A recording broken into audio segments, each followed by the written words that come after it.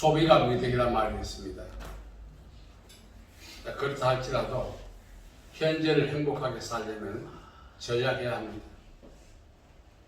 소비로는 현재를 행복하게 살 수가 없죠. 역시 미래를 행복하게 살려면 저축해야 합니다. 소비로서는 미래를 행복하게 살 수가 없죠. 그래서 이 전략과 저축은 가시적 세계에서 우리가 땅에 체류하는 동안 행복한 삶을 살게 하는 보증서라 할 수가 있습니다. 중요한 사실은 전략하고 저축했다 할지라도 그것만으로 행복해질 수가 없다는 사실이죠. 이유가 무엇일까요? 우리의 삶은 가시적 세계에서만 끝나는 것이 아니라는 것입니다. 영원 세계에서도 삶이 지속된다는 것을 성경이 증거하고 있습니다.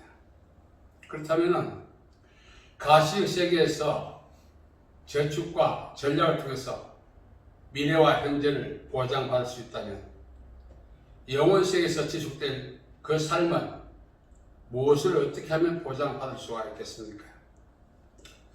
오늘 본문 말씀에 이야기합니다. 아브라함이 보좌에게 너는 살았을 때 좋은 것을 받았고 낯설은 고난을 받았으니 이제 이것을 기억하라. 그는 여기서 위로를 받고 너는 괴로움을 받느니라.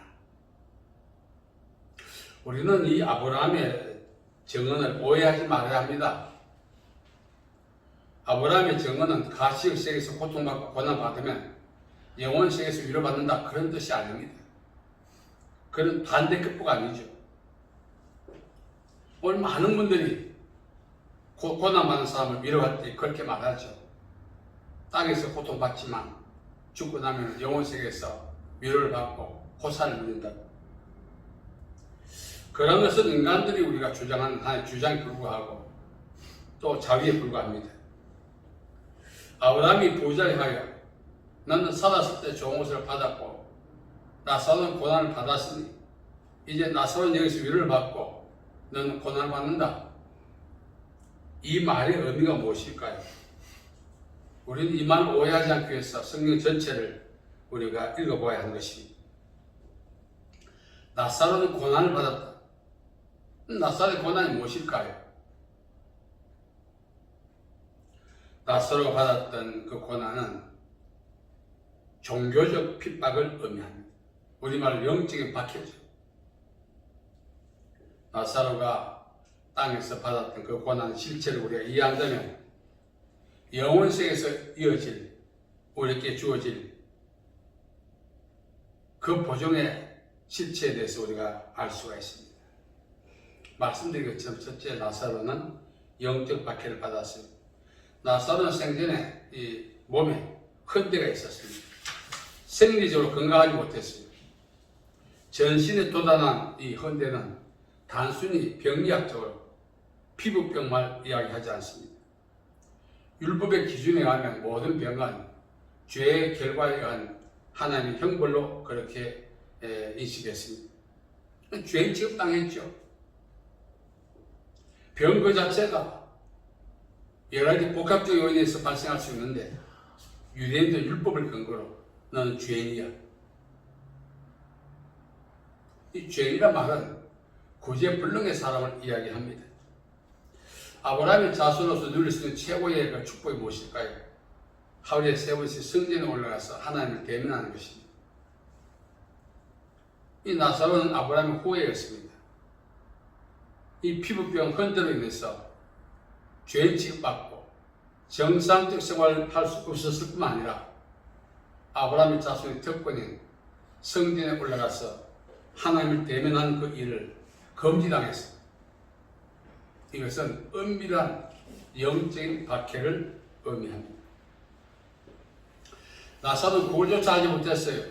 이 당시에 이 모든 질병은 제사장이 진단합니다. 우리 성경에 이제 나병, 문둥병 나오죠. 한센병.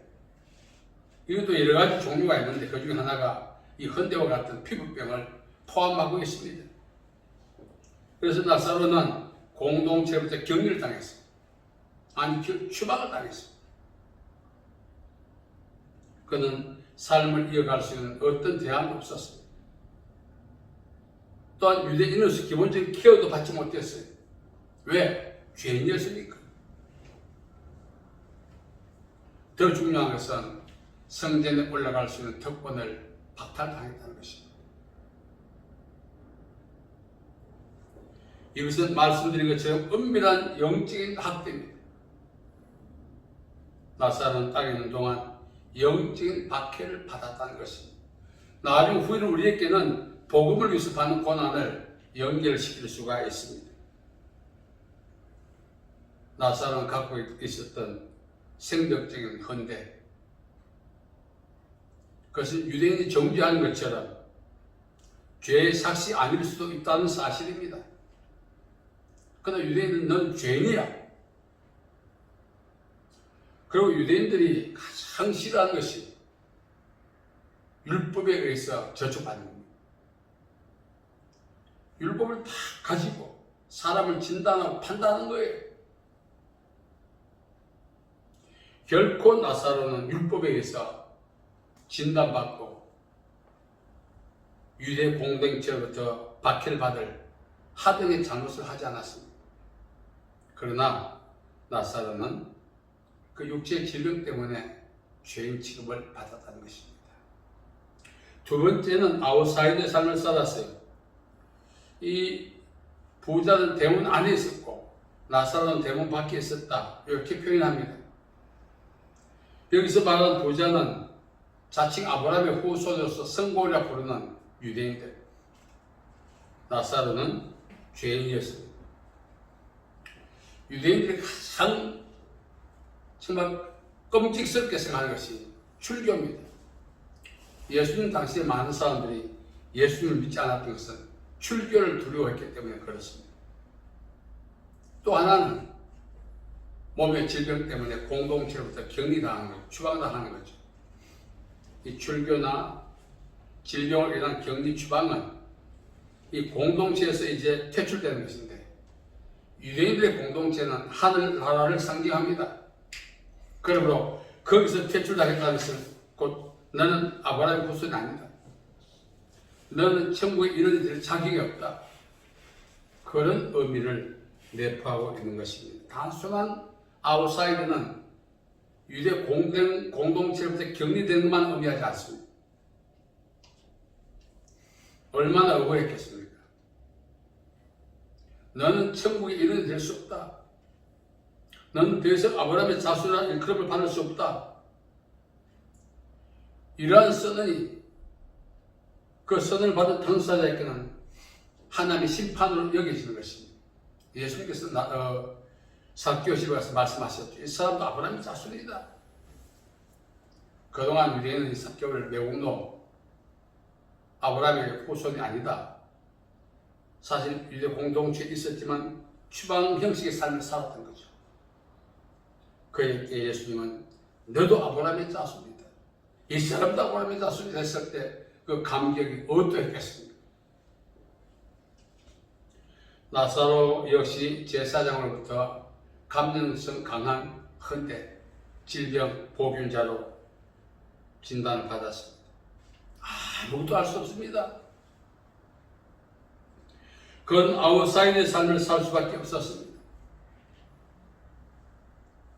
이 공동체로부터의 추방이라고 하는 것은 그 자체가 하나님의 심판과 연결시켰습니다. 유대인들은 하나님 그렇지 않지만. 그래서 나사로는 이 아웃사이드의 삶을 통하여 많은 고난을 받았습니다. 너는 더 이상 아브라함 자손이 아니다, 너는 천국에 이르게 될 수 없다. 사실 우리가 이제 이 유대인들의 선언을 보면은 말을 따를 수 없죠. 가혹하죠. 그러나 이 나사로는 그런 유대인들이 철저히 자기를 격리시키고 퇴출시키는 그러한 가운데도 전혀 요동하지 않고 흔들리지 않았다는 거죠. 끝까지 자기 위치, 그걸 지켰다는 것입니다. 오늘 나사로는 공동체로부터 추방을 당했고 격리를 당했지만 끝까지 영적인 존재감을 갖고 살았다는 것입니다. 세 번째는 자발적 가난의 소유자였어요. 사람이 가난하게 되는 데서 두 가지 방법입니다. 첫째는 자발적 가난, 하나님의 나라를 위해서, 복음을 위해서 자기의 소유를 희생시키며 가난하게 되는 것. 두 번째는 강제적 가난이죠. 부도, 강도, 천재지변, 다양한 원인으로 인해서 소유가 소멸되는 것을 이야기합니다. 나사로는 단순한 급빈자가 아닙니다. 성경이 말하는 가난은 마음의 가난도 있지만 영적인 박해를 받았다고 표시하고 있습니다. 또 더 나아가서 하나님의 나라를 위해서 자발적 가난을 살았다는 하나의 증명이기도 한 것입니다. 물질은 사람이 인간됨을 시험하는 시금치가 되었어요. 이 부자는 그 물질을 갖고 어떻게 했습니까? 셀프 이미지 메이킹, 자기 자신을 과시하는 데 썼습니다. 물질을 갖고 고시하지 않았습니다. 하나님의 영광을 위해 사용하지도 않았습니다. 오로지 자기 자신에게 꽂혀가지고 그렇게 살아왔던 것입니다. 성경은 나사로의 경제적 신분과 관련하여 거지, 말씀드린 것처럼 가난한 사람, 영적인 박해, 자발적 가난 다 포함하고 있습니다. 그러나 부자는 고운 배옷을 입고 날마다 호환하게 연락했습니다. 자기 자신을 피하려 하는데 모든 물질을 쌓아보는 거죠. 자, 자발적 가난과 강제적 가난. 강제적 가난의 마지막 방법은 소유자를, 영혼을 하나님이 되찾으시는 것이 누가복음 12장에 나오죠. 아브라함이 말합니다. 예, 너는 땅에서 즐겁게 살았지만 나사로는 고난을 받았다. 여기는 나사로는 자발적 가난의 소유자였고 너는 강제적 가난의 소유자였다는 것을 이야기하고 있는 것입니다. 자발적 가난을 추구했던 나사로는 아브라함의 품에서 하나님의 위로를 받았지만 강제적 가난을 당했던 부자는 음부에 처해졌습니다. 우리가 살아있을 때 고생했다 해서 좋은 곳에 가고 독하게 살다 해서 나쁜 곳에 가고 그 우리의 기준입니다. 진정으로 우리가 영원한 삶을 보장받기 위해서는 우리는 영적 박해를 감수해야 하는 것입니다. 복음을 위해서 핍박받고 고난받는 일을 기꺼이 감수해야 된다는 것입니다. 뿐만 아니라 우리가 비록 아웃사이더, 이 세대를 본받지 말라 했죠. 성경은 이 세대가 주는 특혜를 우리가 비록 누리지 못한다 할지라도 복음 때문에 그런 혜택에서 제외당한 할지라도 그래서 감수할 수 있는 그런 삶을 살아야 하나님의 위로를 받을 수 있는 그런 기회가 주어지는 것입니다. 더 중요한 것은 자발적 가난이죠. 이 자발적 가난 하나로 우리말 표현하면은 헌신입니다. 하나님을 위해서 헌신하기 위해서 자기 모든 전 존재를 희생시키는 거죠. 우리는 부자가 나서기 위해서 단순한 하나의 드라마를 볼 것이 아니라는 것입니다. 아브라함은 부자에게 했던 말에 우리가 깊이 묵상할 필요가 있습니다. 자, 우리 노망이 있습니다. 제가 여러분들 만나보니까 각자 노망이 있더라고요. 뭐 이렇게 전원에 가서 살고 뭐 바닷가에서 해변에서 살고 이 로망이 노후를 재밌게 즐기다 가는 게 노망이더라고요. 모든 사람들 노망이. 성경은 우리에게 말합니다. 너의 노망이 무엇이니? 우리의 진정한 노망은 영원 세계에서 우리에게 영원한 삶을 보장받을 수 있는 그것 때문에 사는 게 노망이 되어야 하는 것입니다. 우리의 최고의 노망은 나사로처럼 아브라함의 품에 안기는 것, 천국에 진입하는 것. 유대인들은 아브라함의 자손이죠. 영적 공동체 일원입니다. 내 어느 신앙 공동체, 어느 교회 일원이 됐던 그 자체가 나의 로망이 천국에 진입한 아브라함 품에 안기는 것을 실현시켜 줄 것인가? 보장해 줄 것인가? No. 나사로 같이 영적 박해를 감수하고 모든 혜택에서 차단당하고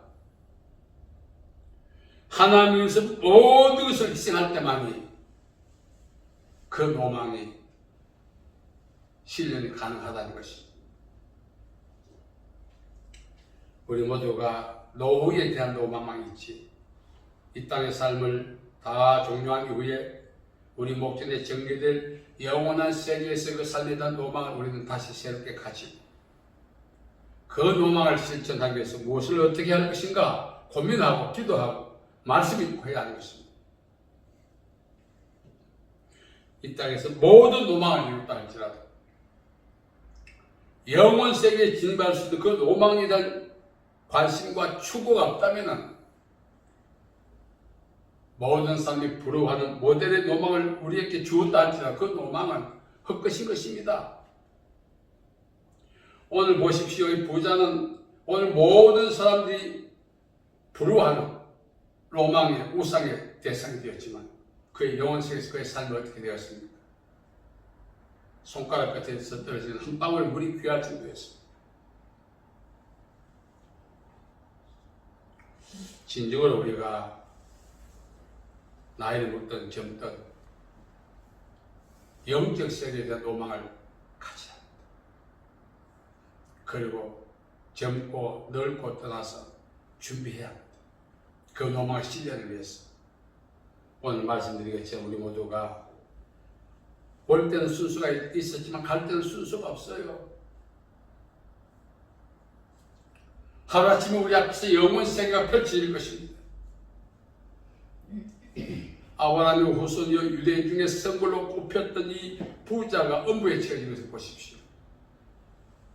유대인들은 로망이 있었어요. 자기들은 죽으면 아브라함 품에 가고 이방인들은 지옥의 불 막 타오르게 만드는 그 장작이라고 그렇게 믿고 있었습니다만 그들의 입장과 사고가 판이하게 다르게 나타나지 않습니까? 우리 이 시대를 살아가면서 노후에 대한 로망도 있어야 합니다. 평생 고생하다 가면 어떡할 거예요? 하루라도 제대로 살다 가야지. 더 중요한 것은 오늘부터 우리가 천국에 대한 로망을 갖고 그 로망 실현을 위해서 준비하는 삶을 살아가자는 것입니다. 나사로처럼 영적 박해를 감수하고 이 시대가 주는 혜택과 문화를 우리가 차단당한다 할지라도 나의 모든 것을 복음을 위해 희생시킨다 할지라도 그것을 기꺼이 감수할 수 있는 사람만이 영적 로망 천국에 진입한 축복을 받을 수 있습니다. 그 축복을 받는 그 로망을 실현할 수 있는 저와 여러분 되기를 간절히 바랍니다. 살아계신 아버지 하나님, 은혜와 자비와 사랑을 감사합니다. 우리의 땅을 살아가면서 어떻게 살아갈까? 땅에 대한 로망은 강한데 영적인 로망은 너무나 약했습니다. 오늘 우리가 보좌와 나사로의 이 삶을 통하여, 종말을 통하여 이제 영적인 로망을 갖게 하시고 그 로망을 실현하기 위해서 우리가 무엇을 어떻게 할까? 다시 한번 교훈받고 그렇게 살아서 아브라함 품에 들어갔던 그 영적 로망이 우리의 것이 될 수 있도록 복 내려 주옵소서. 예수님의 이름으로 기도하옵나이다. 아멘.